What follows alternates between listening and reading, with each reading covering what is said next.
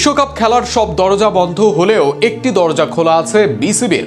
আন্তর্জাতিক ক্রীড়া আদালতে যেতে পারে বাংলাদেশ ক্রিকেট বোর্ড। নিজেদের যোগ্যতায় বিশ্বকাপের সুযোগ পেয়েছে টাইগাররা। নিরাপত্তার হুমকিতে ভারতেও যেতে পারবে না দল।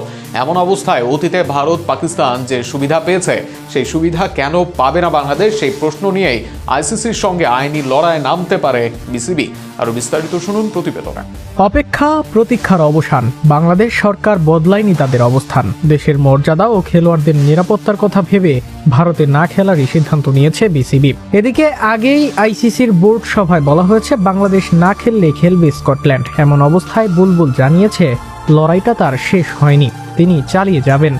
দৈনিক ইত্তেফাক দাবি করেছে দুবাইয়ের আইসিসির সদর দপ্তরে কর্মরত ৭৬ জন কর্মীর ৫৮ জনই ভারতীয়। আইসিসির চেয়ারম্যান, প্রধান নির্বাহী কর্মকর্তার মতো শীর্ষস্থানীয় ২ পদে ভারতীয়রা তো আছেনই, commercial, media, invest, CFO, broadcast, strategy, marketing বিভাগগুলোর মহাব্যবস্থাপকের মতো বেশিরভাগ উচ্চপদস্থ কর্মকর্তা ভারতীয়।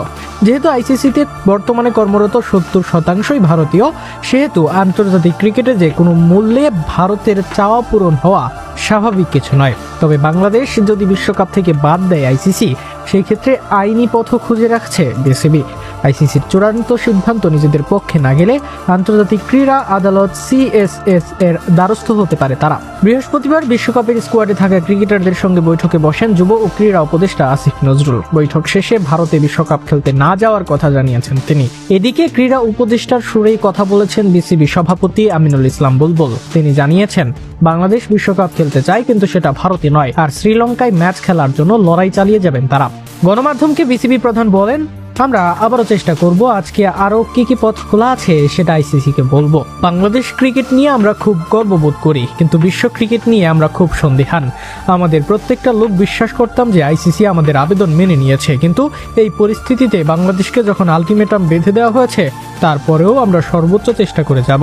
এছাড়া ক্রীড়া উপদেষ্টা আসিফ নজরুল বলেন, আমরা আইসিসি থেকে সুবিচার পাইনি। আমরা আশা করব আইসিসি আমাদের নিরাপত্তা সংক্রান্ত উদ্বেগ বিবেচনায় নিয়ে শ্রীলঙ্কায় খেলার আবেদন মেনে নেবে। নিরাপত্তা কোনো কল্পনার বিষয় নয় জানিয়ে তিনি আরো বলেন, আমাদের দেশের একজন সেরা ক্রিকেটার মুস্তাফিজুর রহমানের নিরাপত্তা নিশ্চিত করা যায়নি। সেখানে ক্রিকেটার, সাংবাদিক ও দর্শকদের নিরাপত্তা কিভাবে নিশ্চিত করা হবে, এই প্রশ্ন থেকেই যায়।